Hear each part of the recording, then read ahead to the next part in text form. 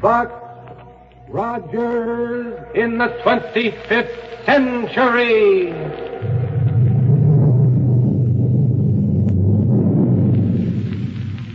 And the shower of silver dollars from Popsicle Pete's Money Box.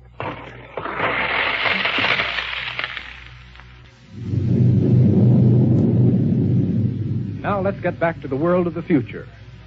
When Buck, Wilma, and Dr. Hewer started on their expedition underground in the mechanical mole, Sergeant Karlborg, following orders and having no idea what might happen down there, went back to the main rocket ship hangar to contact the president's office by radio. It's there that we find him now as we turn the dial that'll project us ahead in time. Here we go, 500 years into the future. Central Radio Bureau. Sergeant Karlberg calling Central Radio Bureau. Central Radio Bureau, Stratton speaking. Listen, Stratton, I've got to get an important message through to the office of the President. Yes? Captain Rogers and Lieutenant Wilma and Dr. Hewer have just took off on their expedition under the ground in the mechanical mole. Ain't that something? Yes, it certainly is. Did it sort of sudden, didn't they? Well, they didn't want a lot of people around who might have gotten burned by the big heat ray in the nose of that machine. Oh, I see. Well, I'll get that message. And you know, they took off in that big machine just as calm and collected as if it was nothing at all. Well, that's the way those folks are. I better get that message. Oh! Hey, what was that? I don't know. It knocked me right off my chair onto the floor. Some incoming rocket ship must have banged into the side of this hangar. What? Oh, there it goes again. I'll go out and see where it is. I'll call you back and tell you... No, wait a minute. But maybe a ship was cracked up out there. But if that's all it was, why should I feel it over here? I'm miles away from that spaceport of yours. You mean you felt it too? Well, like an earthquake. This whole building shook.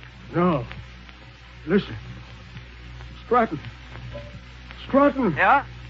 What's the matter? Municipal spaceport? Calling municipal spaceport. Karlborg! Municipal spaceport. Yeah, Karlborg. Central Scientific Bureau speaking. Our seismographs have just registered a tremendous subterranean explosion. I knew it. Approximately 2 miles under the surface of your main landing field. Hello? Captain Rogers. Hello? Calling Captain Rogers in the mechanical mole. Hello, Calling Karlborg. Captain Rogers. Karlborg. Dr. Hewer. Hello, Scientific Bureau. Listen, Hello? Rogers. This is Stratton at Central Radio Bureau. Yes? Dr. Hewer's mechanical mole is down there. What? The mechanical mole? Something must have happened to it. Good heavens. Is there any way of contacting it down there? Is it radio equipped? Oh, Karlborg's trying to get them now. Can you hear him? Karlborg! Sergeant Karlborg! Talk to me so I can see what's happening.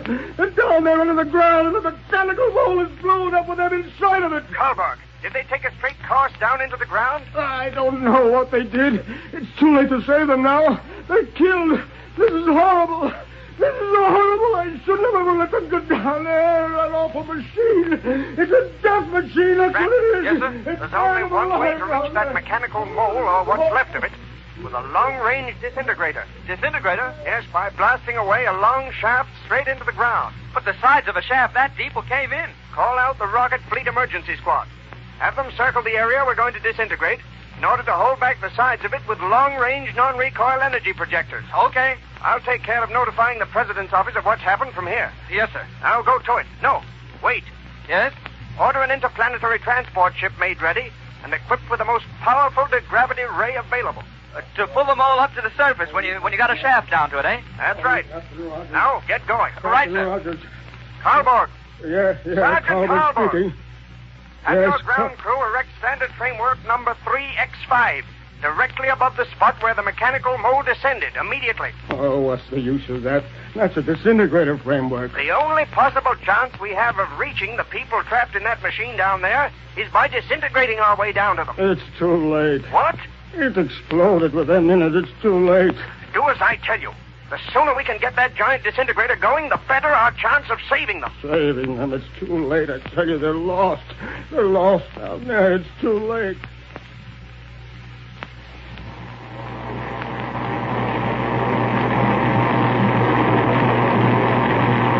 All right, now. Turn that disintegrator off. Stop disintegrator! No use, Major. As fast as you disintegrate out that hole, it fills in from the side. Karlborg is right, Major.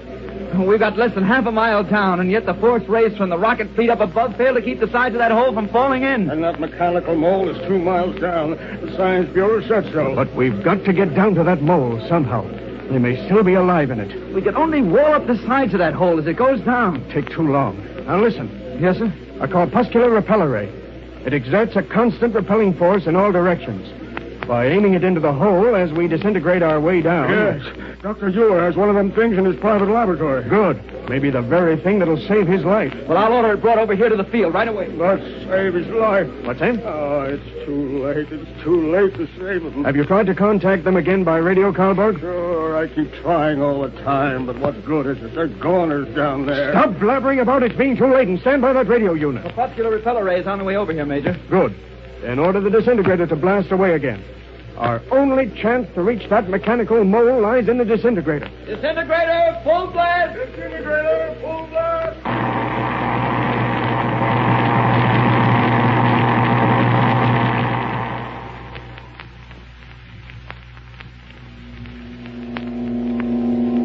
Corpuscular repeller ray is on the way over here, Major. Good. Then order the disintegrator to blast away again. Disintegrator. Our only chance to reach that mechanical mole lies in the disintegrator. Disintegrator, full blast! Disintegrator, full blast! Disintegrator. What did you say, Buck? Full blast. And keep Wait a it going, minute. full Where are blast. we? Where are we? Buck, what's happened? I hear strange noises. Huh? The repeller ray in Listen action. to me, We can Buck. haul back the side. Dr. Hewer, Gas pocket. Explosion. but we're still in the mechanical mole. Now, wait a minute. We can't What's save wrong him. here? Thank goodness you've come to. Come to.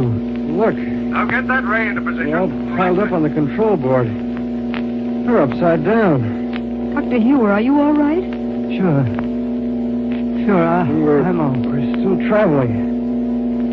We're traveling straight downward. Cut off the power, Buck, if you can. Right, sir. Great day. Explosion in that gas pocket must have knocked us all out. But the power stayed on and the mole has kept digging its way down. Right over the spot we blasted away. All right, then. That's it. The explosion didn't Now wreck turn on the the machine. disintegrator. Right, sir. Thank goodness for that. Listen. What's that sound? It's coming through the radio unit. Sounds like a disintegrator. Seems to me I heard voices, too. A lot of funny voices buzzing around in my head. Me too. No wonder after the shock of that explosion. Well, thank heaven they're all in one piece again. Cut disintegrator. Listen. Cut disintegrator. Those are real voices. They're what we've been hearing. And they've been coming through the radio unit, too. It's no use. Listen.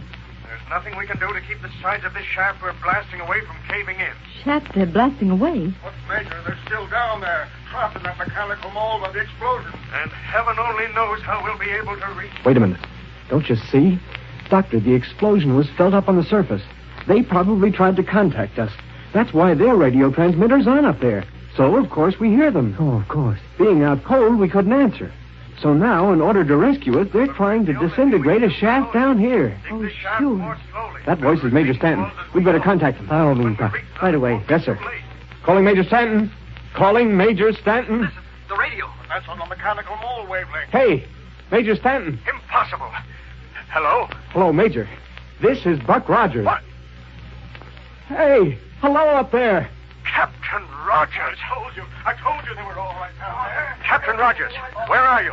What happened? Well, we ran into a gas pocket, Major, and the blame thing sort of blew up on us. Oh, thank heaven you're all right again. Or are you? Well, a little shook up, that's all. It doesn't seem possible, Captain. That explosion fairly rocked the whole city. Yeah, it kind of banged things around down here, too. You see, when we came to a minute ago, we found the mechanical mole was still plowing its way downward. But we've cut off the power now. Oh, then it's still in working order. Yeah? Word that you're all right has got to all the people up here, Captain. They're cheering and yelling all over the landing field, and many are on their knees offering thanks. Well, tell them we're all okay and that everything's all right. I will. But now, is there anything we can do to help you return safely to the surface? How far down are you? Well, I don't know. You see, most of the instruments here on the control board are smashed. And at the rate we were going, there's no telling how far downward we've traveled since that explosion. I see. But of course, you're returning to the surface now, so Returning to the surface? Yes, of course. Oh, not a bit of it. We're just getting started on this underground exploring expedition. But good heavens. heavens, Captain Isn't Rogers. that right, Wilma? Sure. Dr. Hewer? Absolutely. Sure, Major. But don't worry. We'll keep in touch with you by radio. And if anything exciting happens, we'll let you know. Amazing. If anything exciting happens. Huh. Well, I don't know about you, but I wouldn't miss the next episode for anything.